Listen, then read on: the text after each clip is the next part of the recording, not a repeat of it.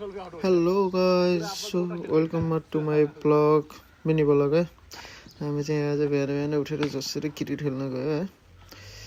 केटाहरूलाई जसाएर मोटो मोटो भयो केटा हिँड क्रिकेट खेल्न भनेर यसो जसाएर लिएर गएको। अनि मोटेर सेसे गर्दै खेलिरहेछन्। अनि हामी ती तीनजना, अब धेरै त छैन, हामी ती तीनजनाको टिम राखेर खेलेको थियो। अनि बाहिर हाने आउट थियो, दाइले जोसेर बाहिर हान्दा आउट भयो। फेरि भाइ चाहिँ आज पहिलोपटक आएको थियो। अनि अर्को सोल्टी चाहिँ हाम्रो बङ्गलादेशको सोल्टी हो।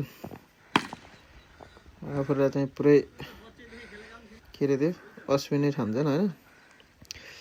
अनि उसले हामीलाई कति 12 रनको टार्गेट दिइरहेको थियो। हाम्रो अर्को दाइले 2टा छक्का हानेर म्याच जिताइदिइरहेको। अनि हामी फेरि सेकेन्ड गेम खेलेको।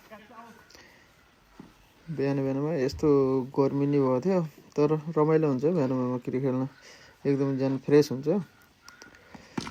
त्यो होटेलमा खालि काममा गयो, ब्रेकमा आयो, सुत्यो, खायो, फेरि सुत्यो, गर्दाखेरि अल्छी लाग्यो झन्। आज क्रिकेट खेल्दा यसो पछि काम गर्न चाहिँ मजा आइरहेको थियो। कसले बनाइदियो हेर मेरो भिडियो यस्तो। अहिले त फेरि यस्तो पो गराइदिएछ न, भिडियो बनाउनु नजाने मान्छेलाई मैले हेर फोन दिएर फ्याट त्यो मान्छेले नदिइकन भिडियो बनाइदिएछन् गाइज, के गर्ने यस्तो छ। सो अब क्यामेराम्यान खोज्नु पर्ने जस्तो छ।